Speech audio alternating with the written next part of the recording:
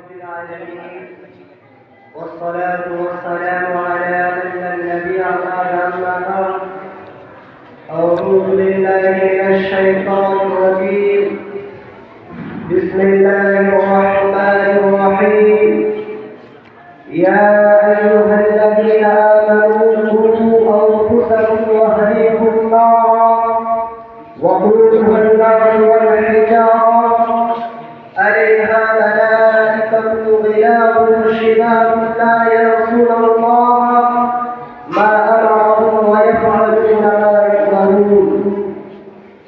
صدر الجمل اور اساتذہ کرام اور میرے سامنے بیٹھے ہوئے عزیز ساتھیوں، آج اس پررونق محفل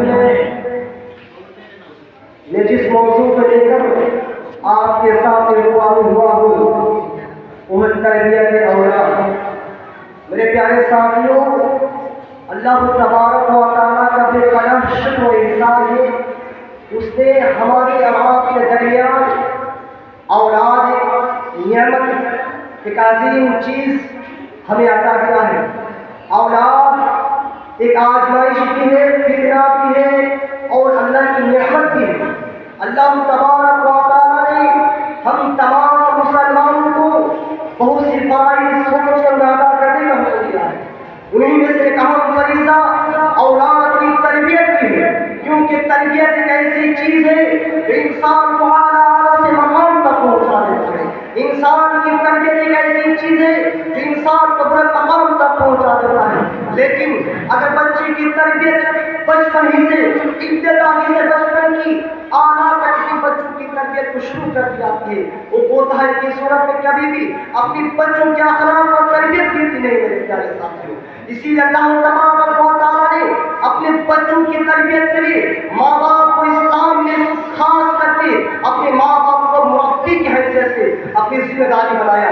جیسے کہ اللہ تبارک و تعالیٰ نے سورہ تحریم آیت نمبر 6 میں اللہ تبارک و تعالیٰ نے صاف الفاظ میں اعلان کرتا ہے، یا ایھا الذین آمنوا قوا انفسکم واہلیکم نارا وقودها الناس والحجارة علیہا ملائکۃ غلاظ شداد لا یعصون اللہ ما امرهم ویفعلون ما یؤمرون.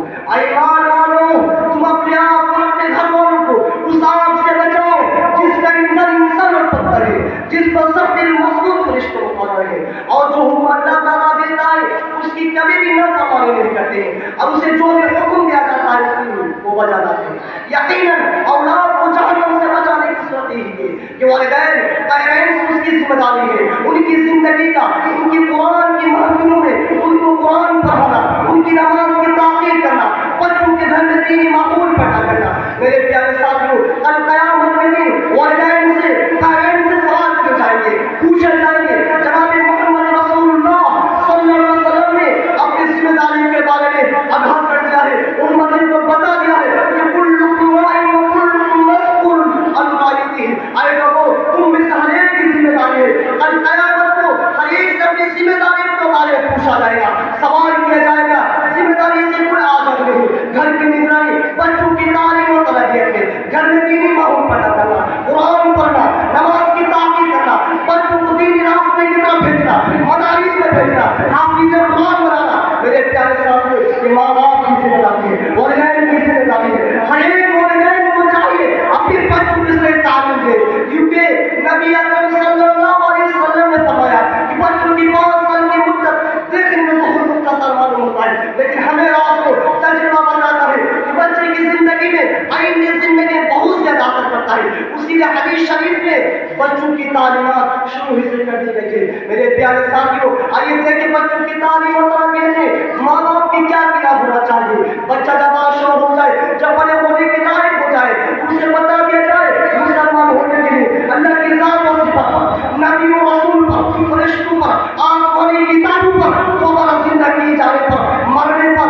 عذاب قبر پر، جنت و جہنم پر، اسی طرح غائب کی دوسری چیزوں پر ایمان لانا ضروری ہے. میرے پیارے ساتھیوں، بچے کا ابتدا میں بڑے ہوتے چلتے ہیں، اس کو پتا دینا چاہیے سب سے اہم فریضہ نماز ہے. اللہ کے نبی کی پیاری حدیث ہے جو سب سے پہلے قیامت کے دن سوال کیا جائے گا، جو سب سے پہلے آخر آپ سے پوچھا جائے گا. ان اول ما يحاسب به الانبياء والقيامه.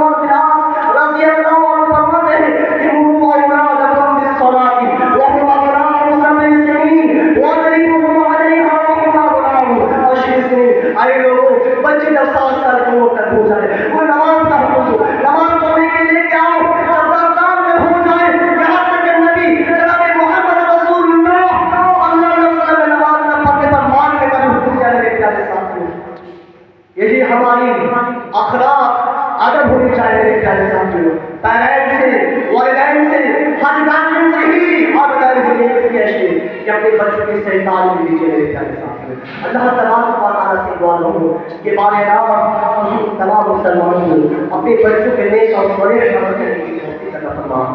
اللہ تبارک و تعالیٰ سے دعا کروں کہ بارے ہم تمام مسلمانوں کو قرآن حدیث پر چلنے کی توفیق عطا فرما۔